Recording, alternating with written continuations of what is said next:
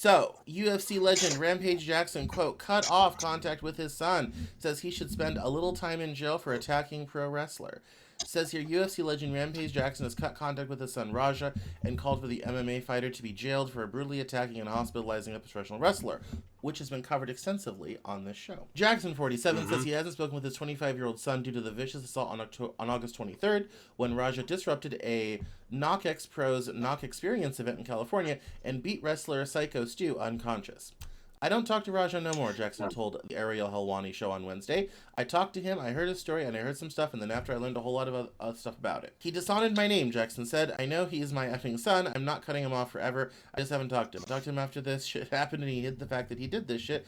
And, it put my other kids in danger based off what other people said. I just can't talk to him right now. Jackson condemned his son's behavior during the wrestling show, saying he was, quote, wrong, and, quote, went against what I told him to do, unquote, for repeatedly punching Psycho Stu, a 44-year-old military veteran whose real name is Stuart Smith. Yeah, so, I guess the question to the group is Rampage right for not talking to his son during this difficult legal time? I think so.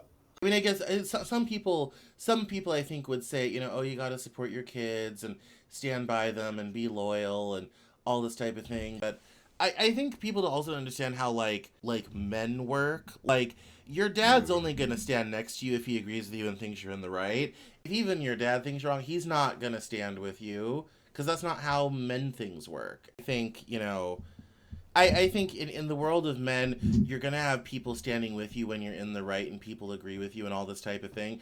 There's no reason to stand with somebody that you know is in the wrong and you don't agree with. And, we're not talking about, a young person who made a mistake. We're talking about a 25-year-old man who has a career who intentionally did something incredibly stupid. It's going to be hard to get a lot of support out of that.